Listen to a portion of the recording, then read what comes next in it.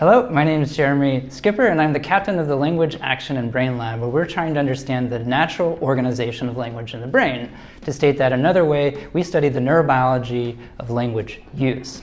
And you might be saying to yourself, why would you want to do that? And my answer to that question is, I think that language is the most interesting and complicated cognitive process that humans perform. And yet we do it so effortlessly that we often forget about this fact, including some of my cognitive neuroscience colleagues. And yet using language is fundamental to what it means to be human.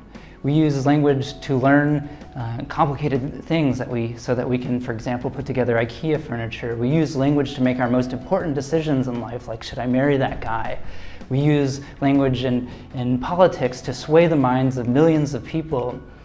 And probably most interestingly to me, we use language to make art in the form of fiction, like some of the stuff that Borges and David Foster Wallace gave us.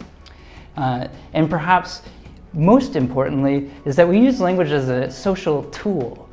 And if there's anything that's more fundamental than language itself, is that the fact that we are social animals. To address how we use language in these different contexts, I use neuroimaging tools like functional magnetic resonance imaging, and I put people in scanners to try to understand how their brain processes information during natural language tasks. To give you a flavor of some of the things we've discovered and some of the things that we study, we've looked at how people process nonverbal cues. So like the information that's available on my face, like the emotional displays, my lip movements, my hand movements in the form of co-speech gestures.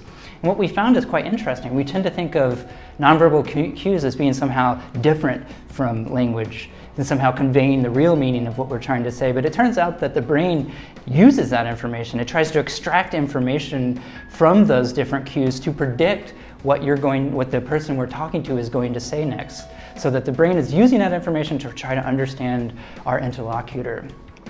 And in the process of figuring out these mechanisms of how the brain uses this information, we've discovered that the brain processes this information in multiple distributed networks, distributed throughout the entire brain, and that these networks are active simultaneously trying to extract this information, and they're cooperating and competing.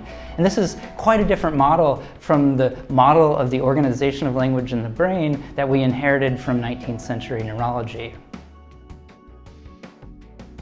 So what is the impact of this work?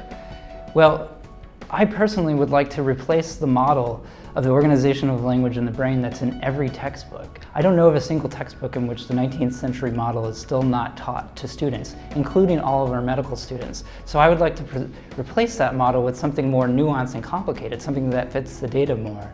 And this has downstream effects, because surely the way that we treat aphasia, that is language disorders that result from stroke or lesion to the brain, is impacted by the kinds of models of the organization of language in the brain that we present in our textbooks. So having a better model in the textbooks might lead to better aphasia treatments. And we desperately need better aphasia treatments because they don't work nearly as well as we would like them to work. In fact, this is an important question because a recent population-level study has demonstrated that the worst medical health-related quality of life is associated with aphasia. It has worse quality of life than even cancer and Alzheimer's. So it's something that we definitely need to improve on.